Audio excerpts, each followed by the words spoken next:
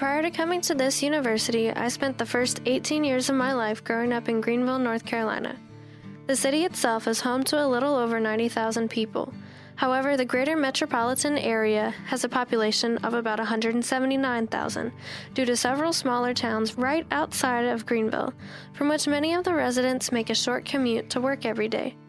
My childhood best friend, Elizabeth, grew up in one of these smaller towns known as Winterville. This town has a lot more open fields and farmland compared to Greenville's dense urban neighborhoods, businesses, and my favorite, the shopping centers. Overall, I'd call Greenville a medium-sized town with a variety of cultural and linguistic influences.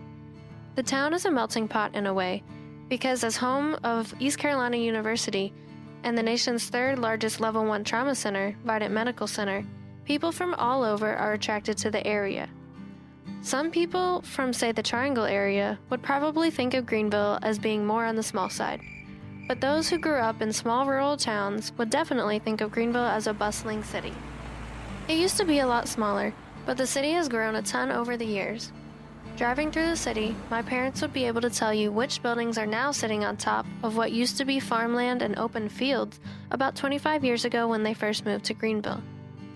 So what is my cultural heritage?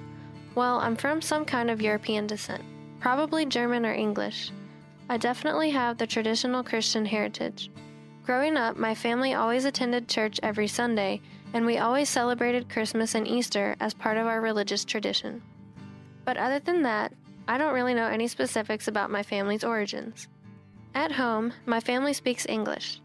I don't know what variation of English it would be considered. I'm from the South, but I don't think I have a super thick Southern accent compared to some of the people I grew up with.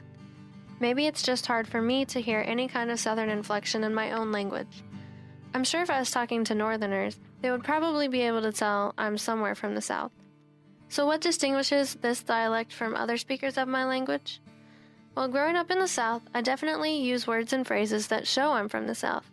I say y'all a lot, like, hey y'all, or how are y'all doing? I never heard a Northerner use this in everyday language.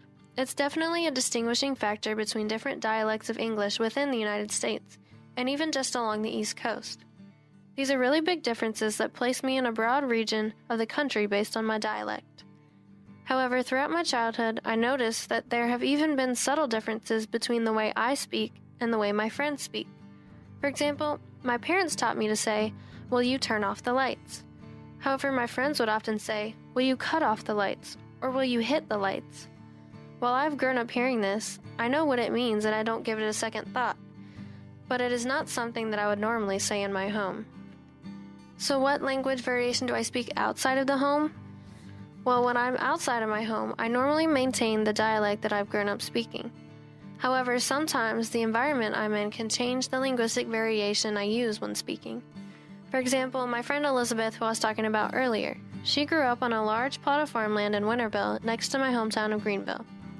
Her family is a lot more country-sounding than mine, but sometimes when I hang out with her, she brings out an inner countryness in me that I didn't know was there. But when I'm up here in Chapel Hill, I tend to use a less country-inflected voice. It might be due to the fact that I'm not surrounded by as many country-sounding people.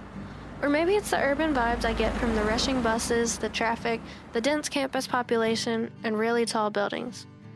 It's all the same language, but it's funny to think how it changes depending on the circumstance I'm in. So how do teachers and other community members respond to my language variation? I can't prominently remember a time that a teacher or a community member have ever commented on my language variation. At least in English. I have gotten feedback from Spanish professors saying I need to work on my Spanish accent. And that's probably along similar lines.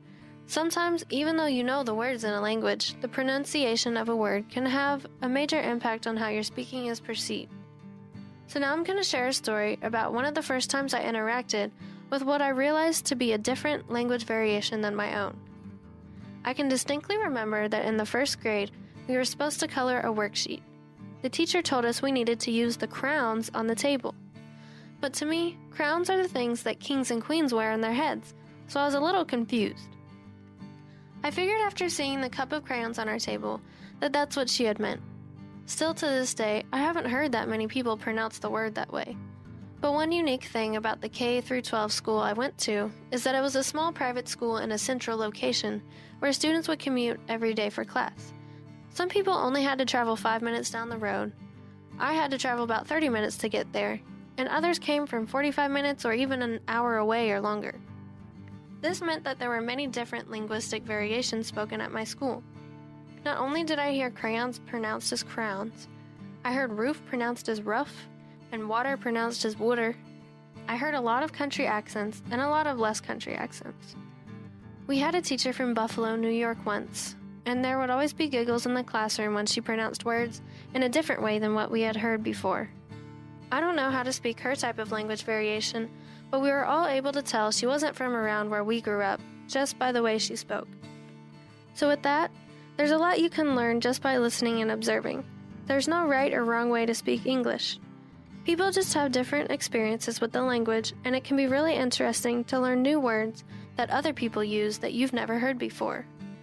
Where I'm from, we say soda and tennis shoes and water fountain, but at other parts of the country, people have their own way of saying the exact same thing. It's something that I think is super fascinating, and I love to learn about other people's language variations.